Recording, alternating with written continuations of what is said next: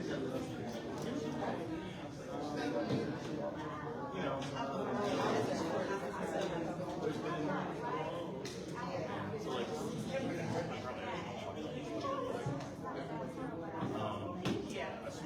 week I was hoping to be my first week through the election. See if I'm welcome over there. I also was like, a day or two apart. Which was awfully good. Because I lied.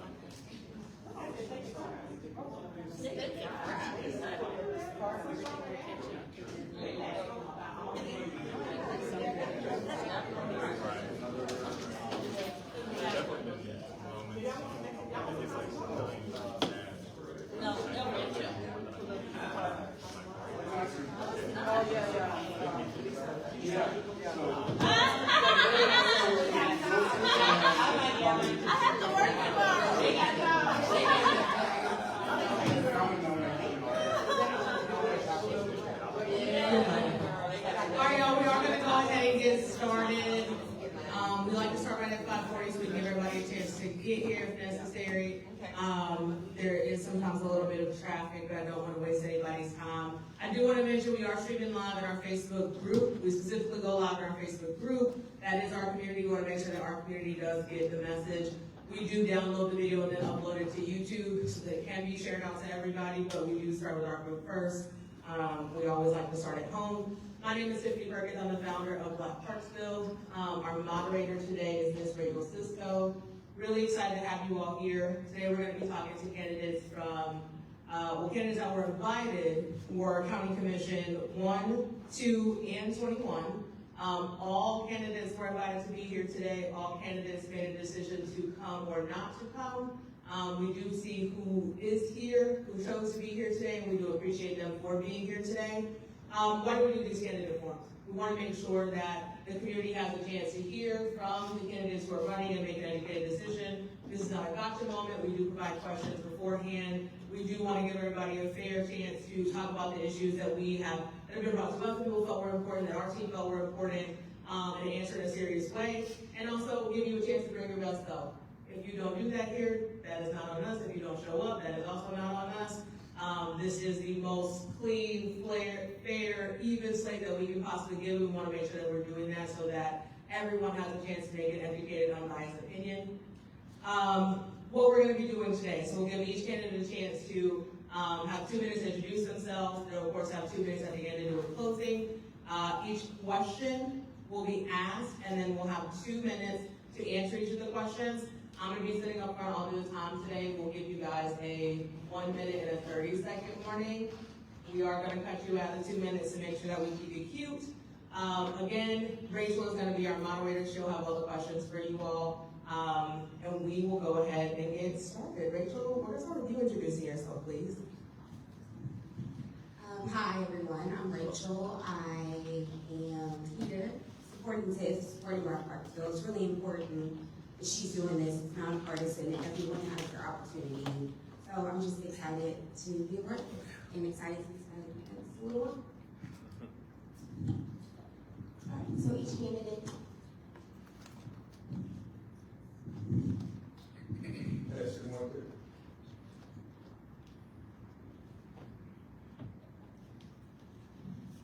Can everybody hear me? Yes, sir. My name is.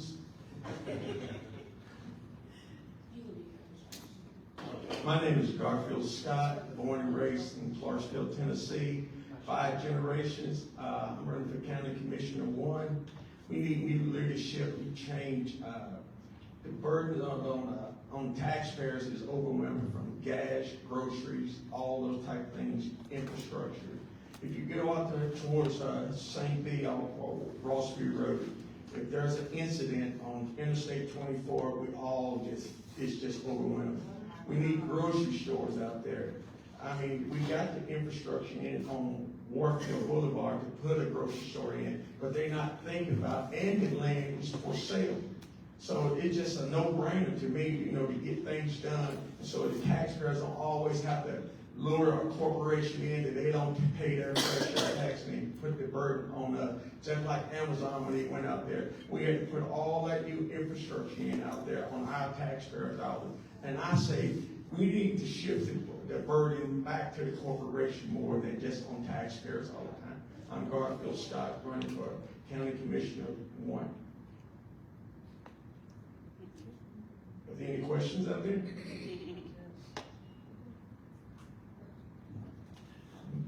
Thank you, Mr. Scott.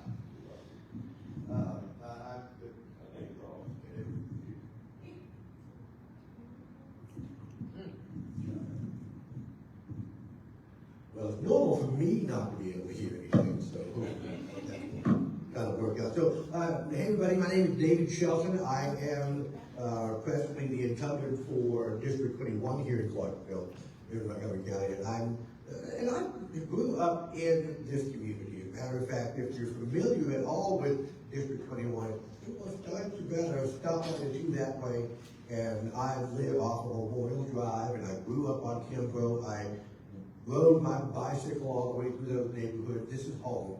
You know, it has been home, and it's been a true privilege, especially in the last 4 years, to be able to represent. Really, I love Clarksville and all of Clarksville. This is my favorite part of town. It is what I've known the most. I'm so proud to be a part of that. So now, the reality is that we do have issues that we have to keep pushing forward. I committed myself to being as transparent as possible. That means talking about things that some of my other commissioners would rather me not talk about. And just making sure that the voters and the public understand what is happening inside of the commission chamber. I believe we need to manage our growth. We've got to talk more about infrastructure. We need public safety. These are so many important issues that we have to work with our kids, and we know that our future is our kids. And that means we've got to build more resources so that we can keep people out of trouble without trying to do something on the back end. We've got to continue to push forward that.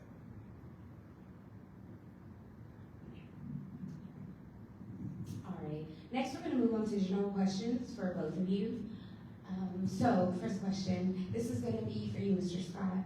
What do you believe is the biggest challenge currently facing Montgomery County, and what specific steps would you take in this role to address it?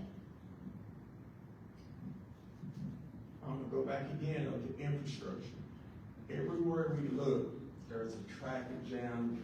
These roads is outdated. They are so antiquated into it's unreal. You have to take accountability when you're in leadership. You look at Russellville Pike, when those neighbors were flooded down there, and no one stood up and really took accountability for that. They kept passing the buck. It's the rail company. It's this company. That's where leadership really matters right there. And you have to stand up and say, okay, whoever faulted, let me get to the bottom of this and solve this problem for these neighborhoods, these taxpayers right here. And I go back again on Ross Street Road. Ross Street Road is deadly over there. I mean, there's a wreck over there constantly all the time. I was going down that road just past the industrial park last week, and that was a massive wreck right there. I mean, we have to do something about our roads because our growth is great, and that's a good thing. It's good to have growth, but we got to always have infrastructure to go along with it. We're like 20 years behind on all our roads and things right now. 20 years. Think about that. And at the rate that we're having people here move to Clarksville, we're going to continue to be behind the 8 ball unless we do something different, and it calls for new leadership. Thank you. Now the same question will go for you. What do you believe is the biggest challenge currently facing Montgomery County, and what specific step would you take in this role to address it? Well, my experience and what I've seen, like I said, I grew up in Clarksville, and the one thing that we have had my family has been here since the mid-70s, is growth and growth and growth. And managing that growth is absolutely essential, and that means not rubber stamping every single development of the law. we've got to make sure that that if we do, approve any rezoning, that there is already infrastructure in place, and it's not just roads. We gotta make sure there's water, gotta make sure there's power, electricity, gotta make sure there's sewer, because that's one of the things that people are looking for in the community. So I will continue to do what I can to vote in the way that makes sense. We had one situation last year where we had several different subdivisions come up in just a few months of each other. And I saw one, and we just can't keep doing that when there's just not preparation already in place. So, and that means we also need to manage that with how we deal with our property taxes. Is one of the biggest things that I get people asking me all the time is, well, what about retail? What's the way that we can build that up? Because the more sales taxes that we collect in Montgomery County, the less we have to go to property taxes. And so we're talking, I was just reading an article earlier today that there would be potentially millions a year from the new Ascension St. Thomas facility just outside of Exit 11. That is the kind of thing that is a development that will help keep us from having to dip into property taxes nearly as much. And I don't like raising property taxes. And I've got colleagues in this room that would probably never want to vote for this, and that's so important. We've got to make sure we keep our taxes managed. Okay, next question. We're going to go ahead and start with you, Mr. Shelton. How will you ensure transparency, accountability, and meaningful communication with the people of Montgomery County if elected? I love that question. Transparency, that means talking about what is actually happening. That means sitting down, being able to ask questions. People will ask me questions. I'm going to find the answer. If I don't already know the answer, I'm going to find it. And if I see something coming along that I know that is an issue, you're going to see me write a detailed post, not only on Facebook, I'll put it in my newsletter. I want to make sure that all of my constituents know what's going on in our community. I've been talking a little bit about some of the issues that are regarding the fire department. That's something that we have a lot of conversation about. So I've asked to find out what the information about that funding, and now we have better knowledge of what is happening. Transparency means the good, the bad, and the ugly. The public needs to know, and they need to be able to make informed decisions, not only when they go to the ballot box, but when they're able to contact their commission. We've got to be able to have those conversations, be willing and being open. Our members of the public, I would really like to have more folks call me and say, hey, David, I need to know what's going on. And I'm happy to help. I'm happy to answer those questions. It really is an important part of what I've been doing for the last 4 years and what I will continue. Thank you. Same question for you, Mr. Scott. How will you ensure transparency, accountability, and meaningful communication with the people of Montgomery County if elected? Transparency is a key element in any public sector. Just like what they're trying to do with the juvenile center right there. There's not enough transparency on the funding on that, how they gonna fund it, or what exactly is going on with the facility you're trying to put down. To me, it seems like they're keeping us in the dark for a reason, just like we did with the schools when they voucher stuff right there. All these things have to be flushed out and held out, and so everybody can see what's going on. If we get to do something like that, then we all accountable for it then. But when they behind closed doors make me deal, then bring it to us at the very end. That's what's wrong with all these things here in parts of Montgomery County. I call it the good old boy network. That's what I call it. You know, some other people may call it something else. You know, but it's not fair for the average taxpayer to do these things, and then once they get these things out there, then they expect us to burden the cost of it with our tax rate. Just like right now, they're talking about raising our property tax up now. Think about that. Put some more burden on the corporations and the business. We need sidewalks. If you go in Clarksville, almost any place that you look, there's zero sidewalk. Kids want to ride their bike or walk to school. I mean, the average kid cannot even do that because we're not thinking about the average person here in Clarksville, Tennessee. Entertainment. We need things done so you can go and relax with your family or just by yourself. Do things more family friendly for the community that we are. This is Clarksville, Tennessee. That's what we hear. That's why everybody is moving here because they love this city, but our infrastructure and all the things that go along with it is antiquated. It's so far behind. Thank you. These questions are going to be related to the county commission. We'll start with you, Mr. Scott. With Montgomery County growing rapidly, how will you ensure infrastructure like roads, schools, fire services, and sewers are planned and built alongside new development rather than after problems arise? Well, that is simple. Hold the developers accountable. You have to hold them accountable. We can't always give them 100% of everything they're on. You know, when they build these things, they got to have people to move and live in these things or buy these things. So hold them accountable. Don't just always put the burden on the taxpayer. I'm going to keep driving that horse so we get this understanding. The taxpayer is overwhelmed. Look at the gas and energy prices right now. Everywhere you look, the burden is still shifted on us, but our pay scale is exactly the same. We're not moving ahead on these type things like that. We have to look at corporation and say, all right, buddy, you want to move here? Put a sidewalk in. You're building that development right there. Why would you not want to put a sidewalk in there? And the cities should be a partner along with them. Our lighting system, the streets and things like that. This city is so dark. You drive down the road, if it rains, oh my God. I mean, it is just horrible. I mean, like, is that the road? Is that the road? It's just awful. I mean, we have to do better.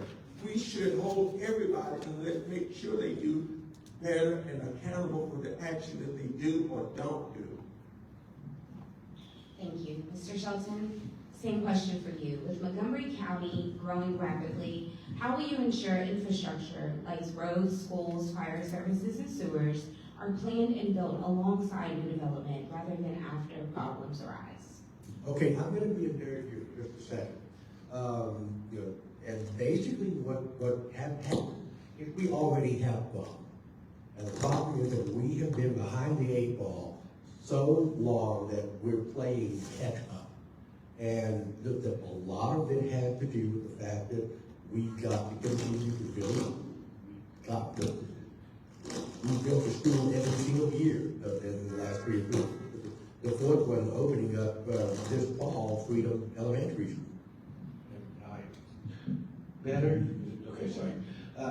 So we've got to do everything you can to stay up to pace with them. We've got to build larger schools. We've got to really fight to keep that, to manage that growth, like I've talked about. So, by doing that, we also have to to help folks understand that the developers, they have on them to put in the sewer, to put in power, to put in the road, to do everything that's inside the development. And there is a fee that has to be paid for each property that they have in those lots. So I think we probably need to look at that, maybe make that a little bit higher if we can. But the reality is that we have to put as much emphasis on this, not only on the developer, but also on the rest of us on the county commission to vote in a way that makes sense when it comes to building these developments, making sure that we're putting in approvals in areas that already have the necessary resources. And I could talk about the RP Regional Planning Commission of why they have a map that allows us to know where the rural areas are planned and where growth is planned. And following that is critically important.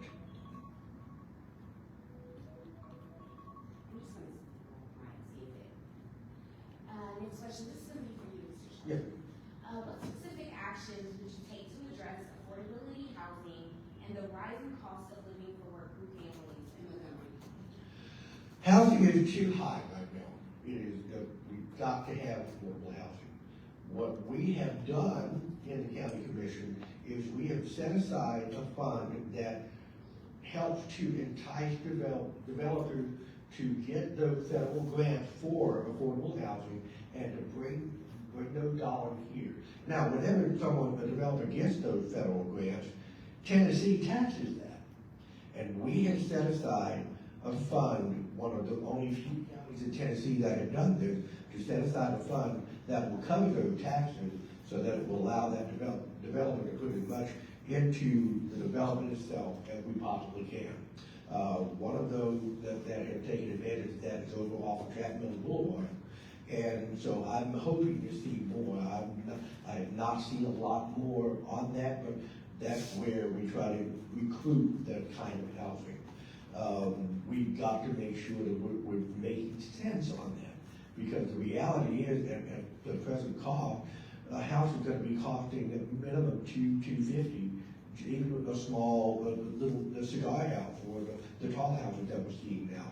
So we've got to make sure that those are built in an affordable way, but making it available for the developer to take advantage of affordable housing solution is one of the things that we've done, and we will continue to do what we can to recruit them. So that's a great question.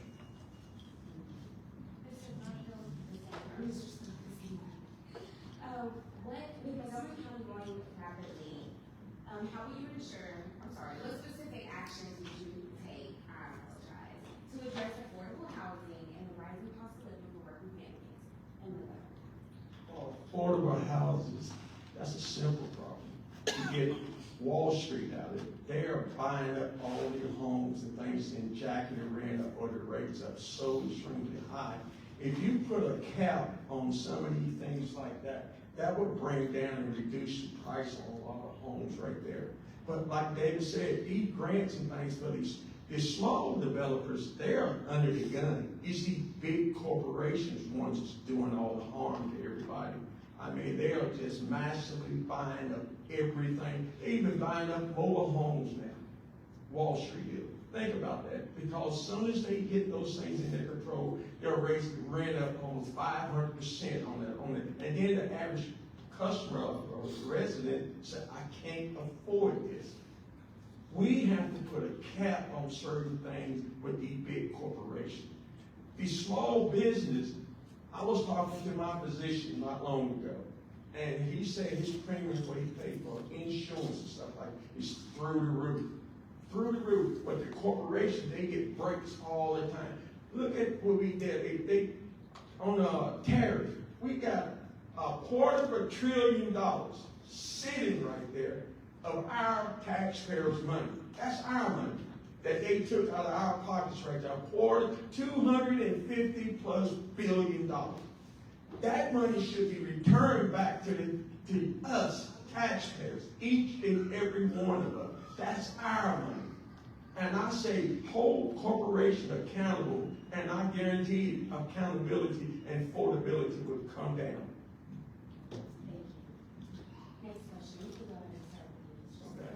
What are your top budget priorities for the county, and under what circumstances, if any, would you support raising property taxes? Property tax, that's off the shelf for me.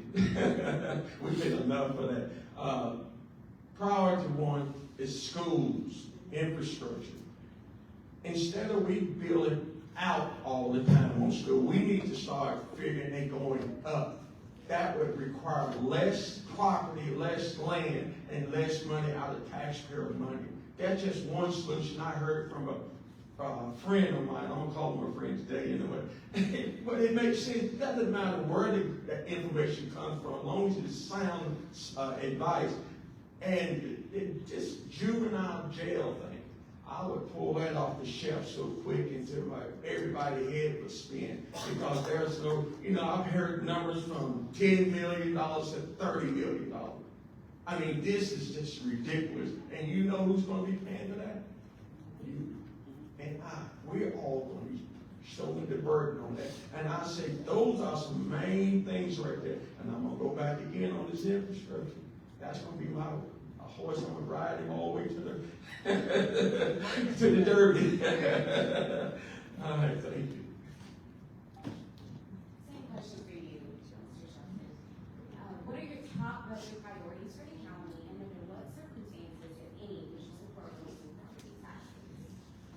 Well, property taxes are always a hard thing to work on. So what would it take for me to vote for property tax increase? Well, in transparency, I have voted for the last time we did raise taxes. That was in 2024, which was raising to the current rate of $2.10 per appraisal. Now, that was higher.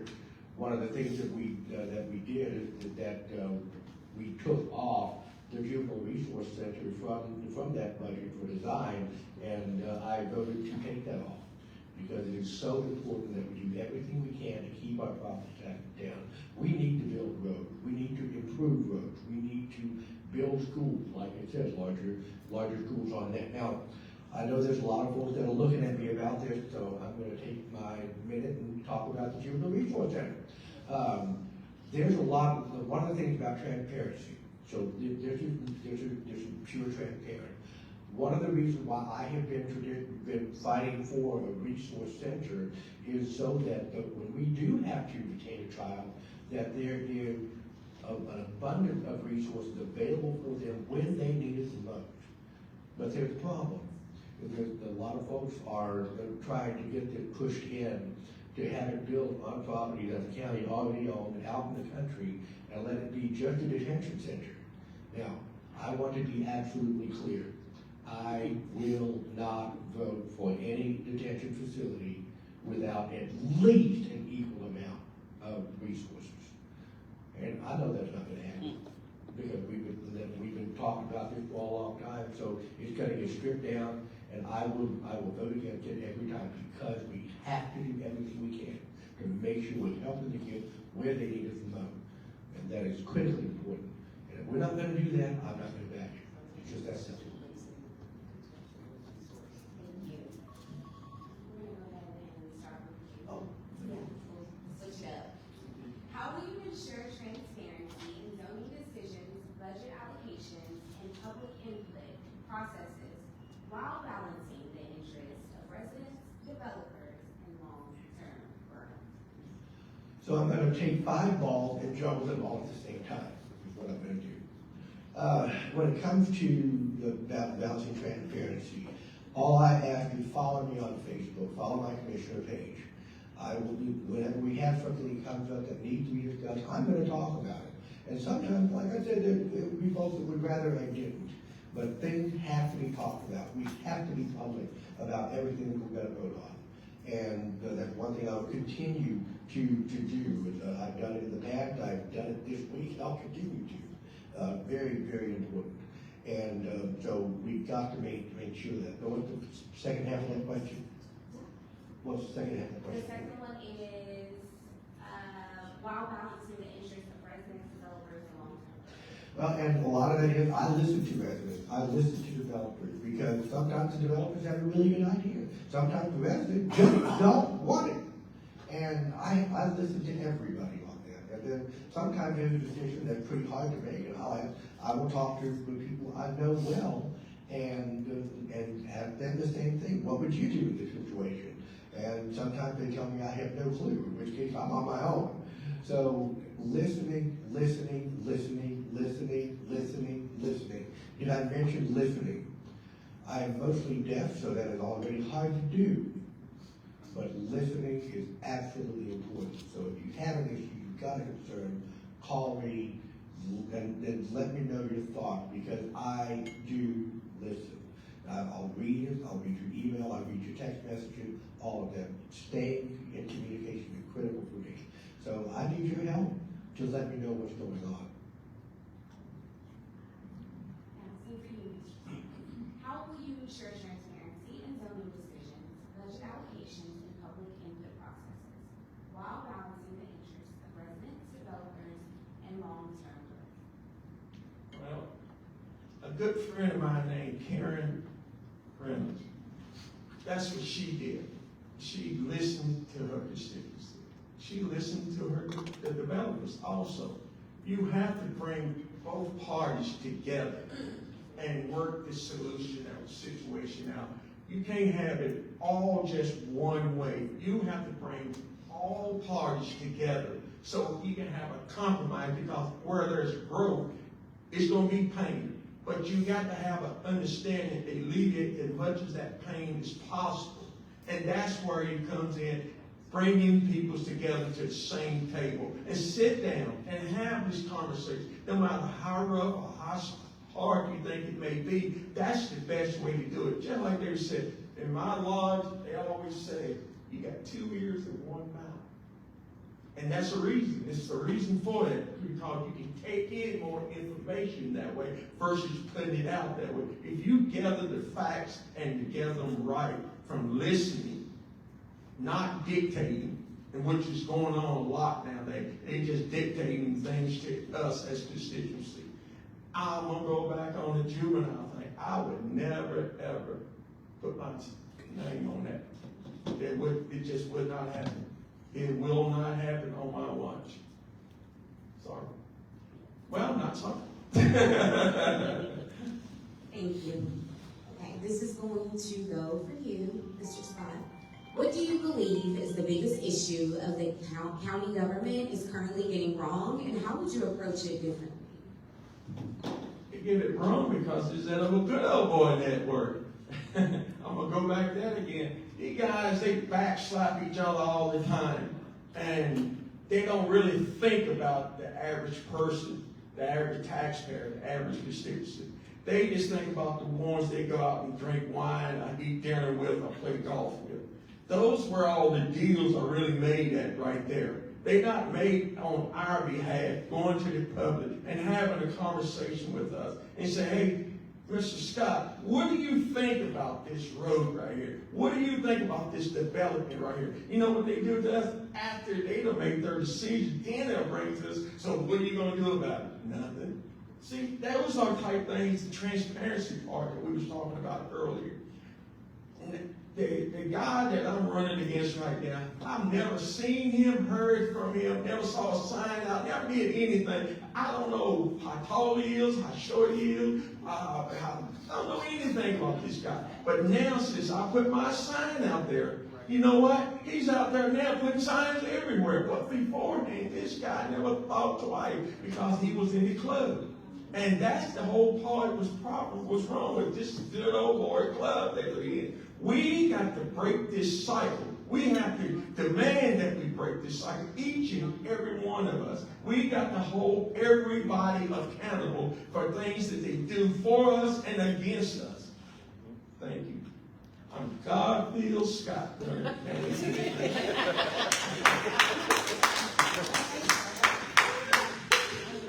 Thank you, Mr. Scott. All right, Mr. Shelton, same question for you. What do you believe is the biggest issue the county government is currently getting wrong, and how would you approach it differently? 2 words. Party politics. We have got to encourage our state reps and our people to pull the plug on this party politics bullpucky. I use this word. Because this is an area where I have seen this in the commission chamber, where we've had a particular state committeeman for a particular party to come to our little commission meeting to tell all of the people of that party that they better vote the way they want, or they will not be allowed to run against their party. I mean, we just saw this from the last couple of days with some interaction with that same party with one of their chairs, and to the point to where now you don't want to like that person vote. It might make it a little bit difficult for you when you run at y'all. What is a Republican policy for building a road? What is a Democratic policy for building a road? Let's build the damn roads or get the politics out of here. I believe in absolutely making sure that we serve the people of Montgomery County, and to see that so prevalent at all levels of county government and all levels of even in other areas. We don't need that. We need to represent the people, because when we start dealing with the parties are going to protect themselves at all costs. And that's the main goal of the party, to protect their interests. What about the interests of the people of Montgomery County? That's what we've got to really push for. And I will continue to talk about them for the rest of the campaign, because quite frankly, we've got to make sure we do it right. We're gonna go ahead and do closing statements, so would you like to start, Mr. Scott? Yes. I want to say thank you, David, when you voted for Ali Phillip. I mean, it took courage, it took a lot of gumption. I mean, you did something right there, and I tell people it doesn't matter what party you're in, if it's the right thing to do. And Ali Phillip was the right person for that job.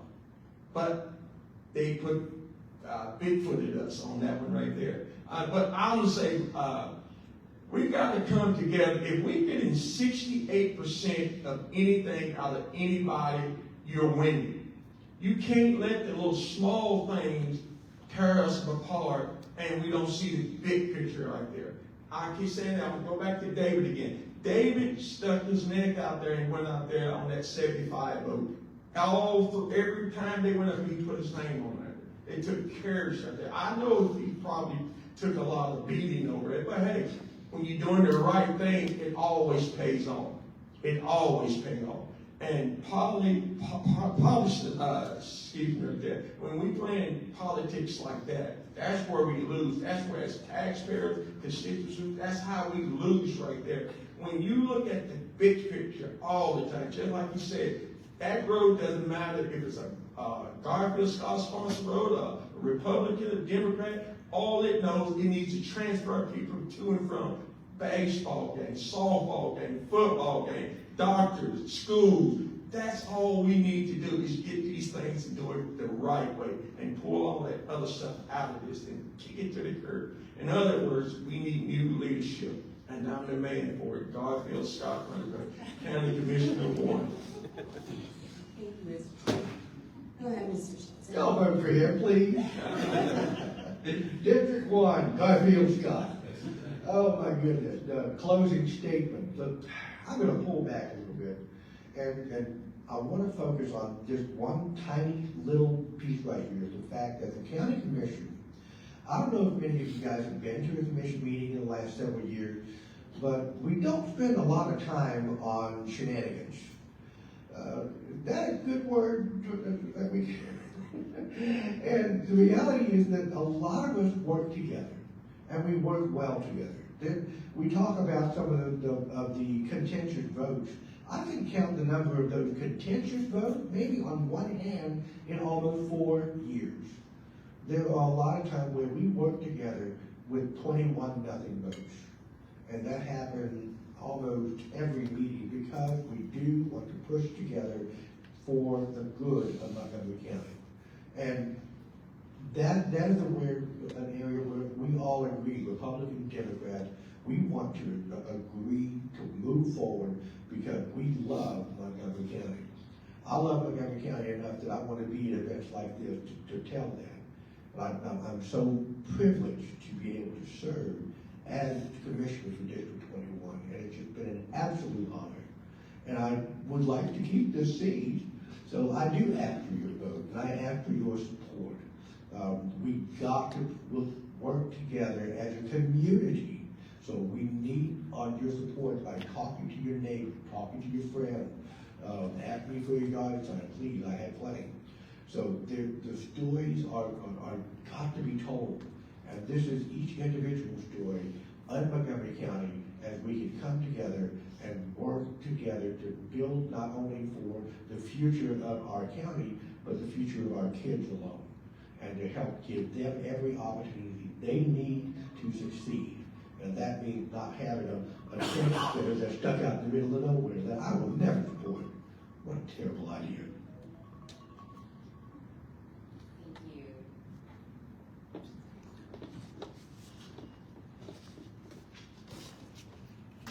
Thank you,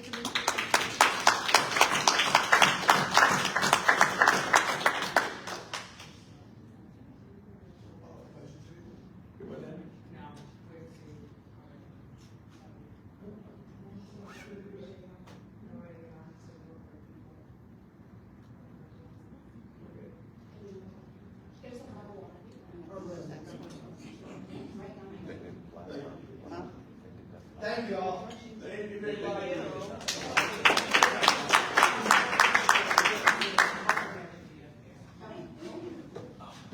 So we're gonna switch to our circuit court clerk candidates. We did invite both candidates here. Wendy Davis was confirmed up until like 2 hours ago. You did hear that there was a cool kids party, so maybe we just weren't invited and that was a better opportunity. We're not sure. There's possibly someone that might be sick, also not sure. Things happen, but we did invite everyone. She was confirmed. Monica Meeks is who we do have today.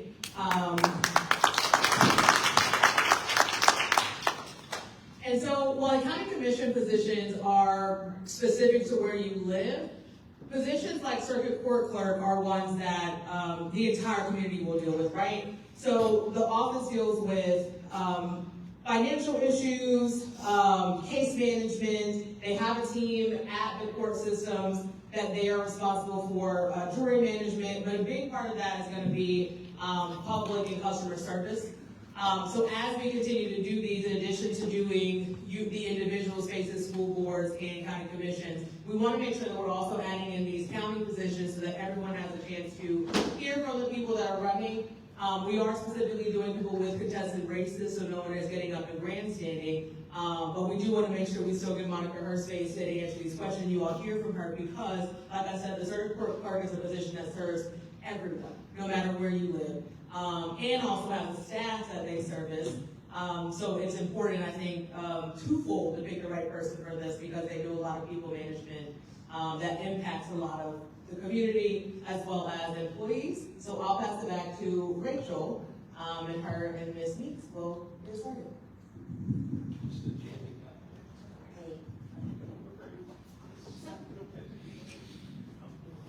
Go ahead and give you 2 minutes for your introductions. Can y'all hear me? Okay, first of all, let's give a round of applause to Tiffany Perkins, because this is hard to do.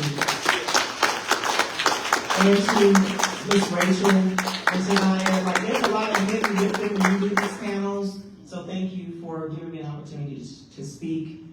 And also thank Mr. Meeks, who was here briefly, and he's now gone, so shout out to my husband always and forever, right? So my name is Monica Meeks, and I am running for Circuit Court Clerk. I am a mom, I'm a wife, and I'm a soldier for life. And there are 3 reasons that I'm running for office. The first one is for customer service and trauma-informed training for the entire Circuit Court Clerk staff. We have a lot of issues down there. You are not your worst day.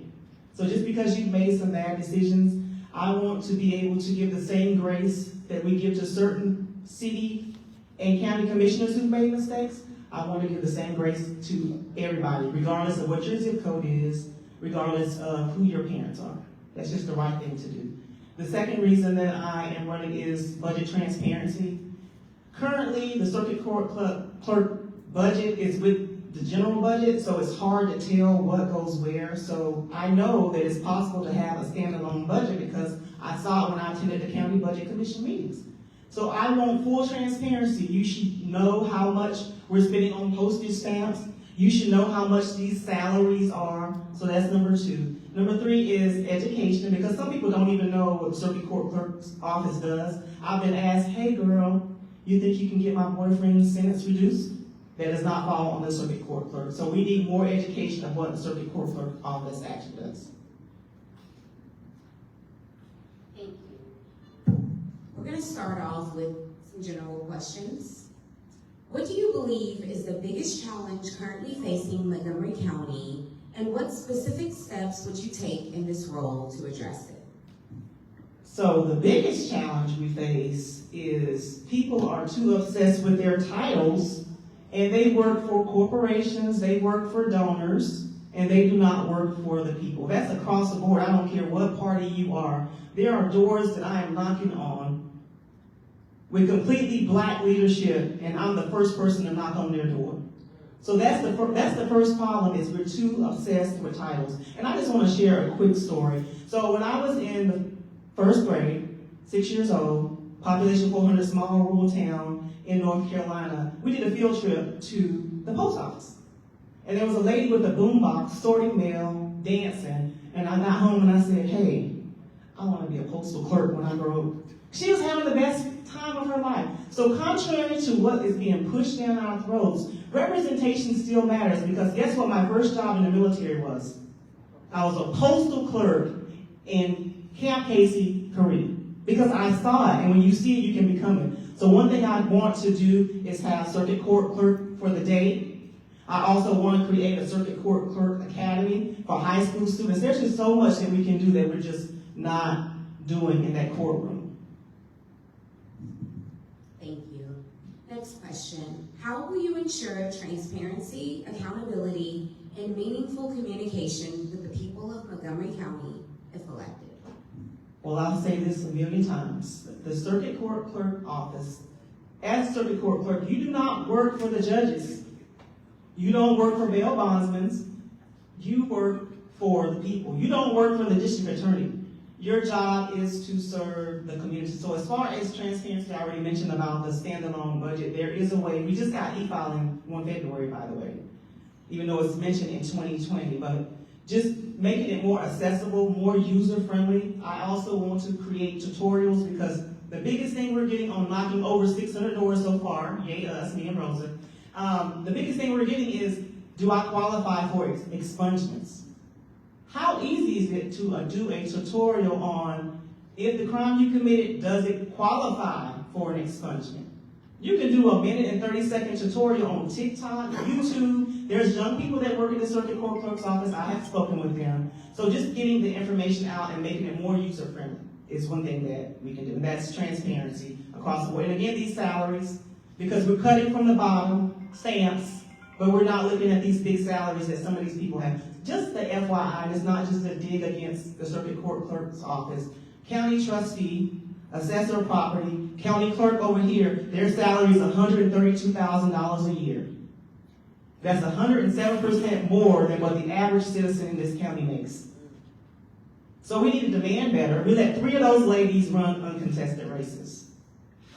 That is not okay, and I refuse to have all 4 of them with that salary run uncontested races. Thank you, Mrs. Meeks. Now, these next questions are our circuit court clerk questions. So the first question is, what motivated you to run for circuit court clerk, and what experiences best prepare you to manage the responsibilities of this office? Okay, now let's go to college degrees do matter. So my resume reads quite well. I don't care how mad that makes people. I do have a graduate degree in criminal justice.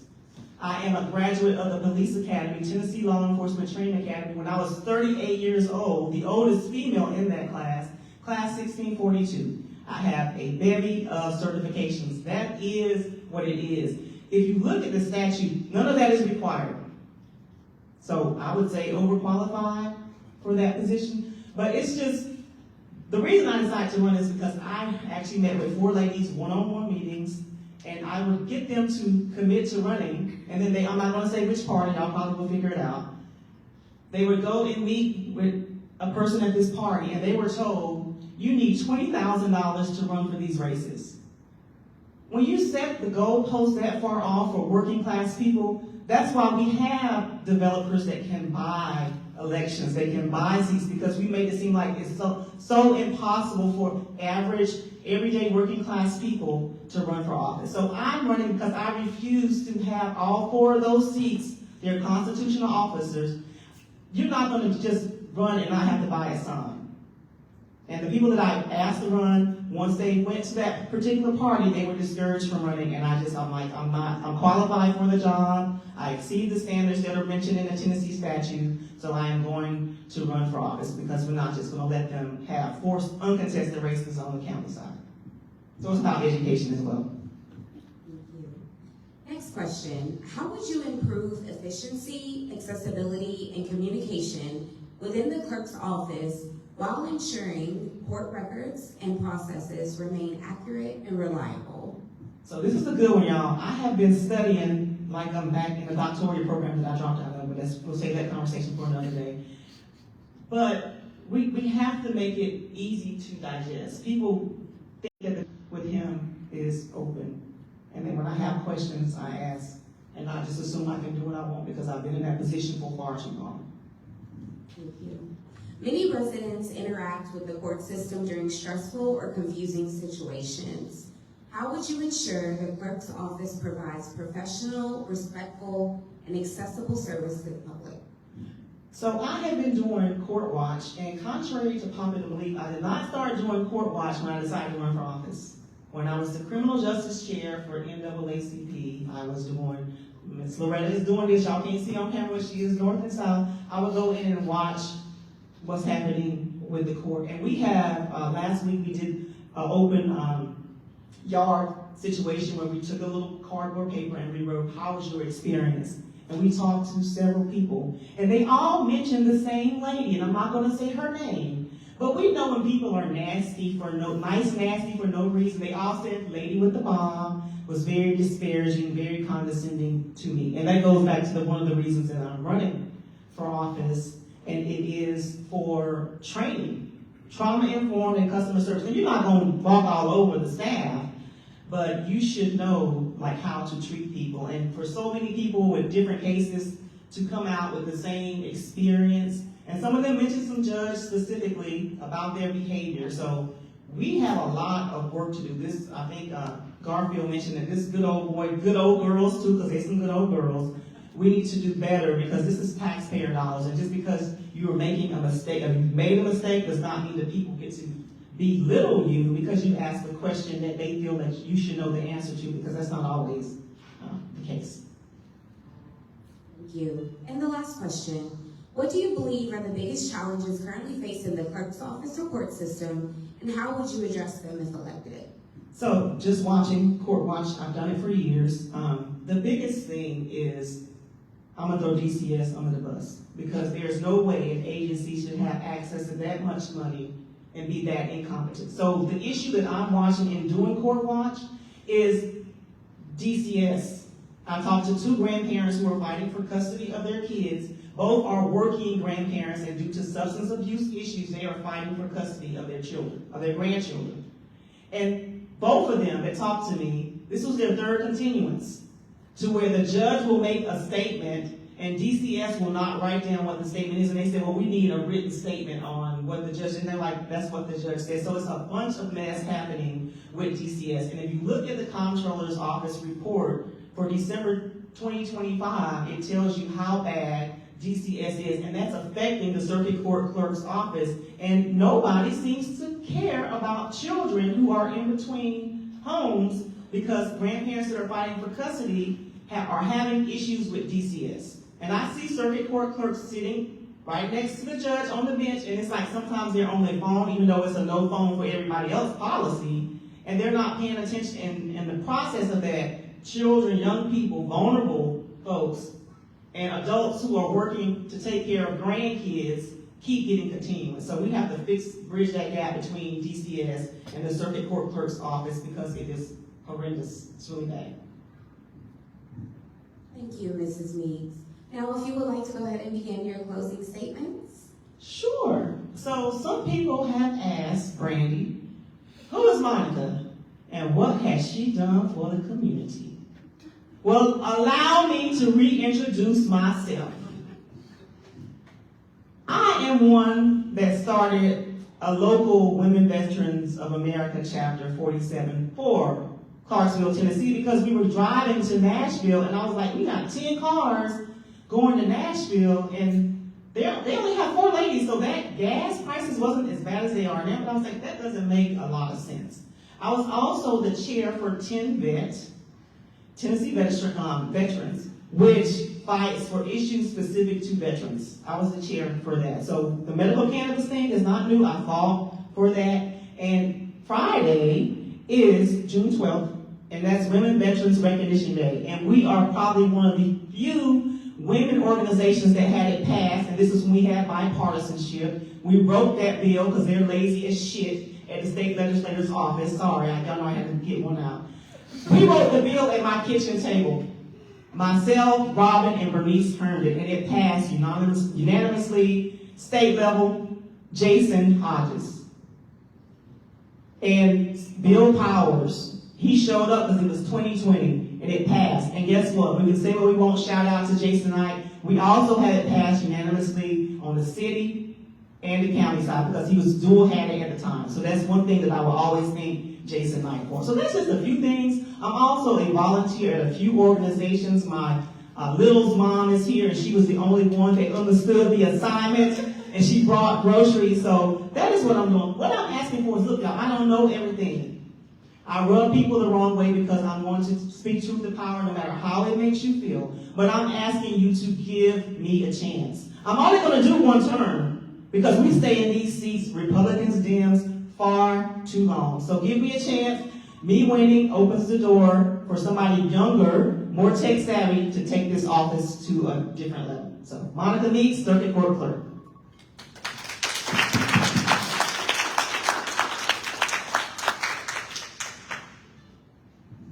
All right, y'all, that is our forum for tonight. Thank you again, Monica Meeks, David Shelton, Marcus Scott for showing up. We do appreciate you all being here as well, too. I don't know, could have been anywhere. Just one more thing, because I was protocol for many years, and I do see that we have 3 public servants here. I'm sorry, 4 that weren't. So we got Joshua Bill, District 14, and we have Eric Clonch. So, and Brian Zacharias was here. So that matters that we have public servants that actually showed up, and I just wanted to say that. No, thank you for that. Thank you.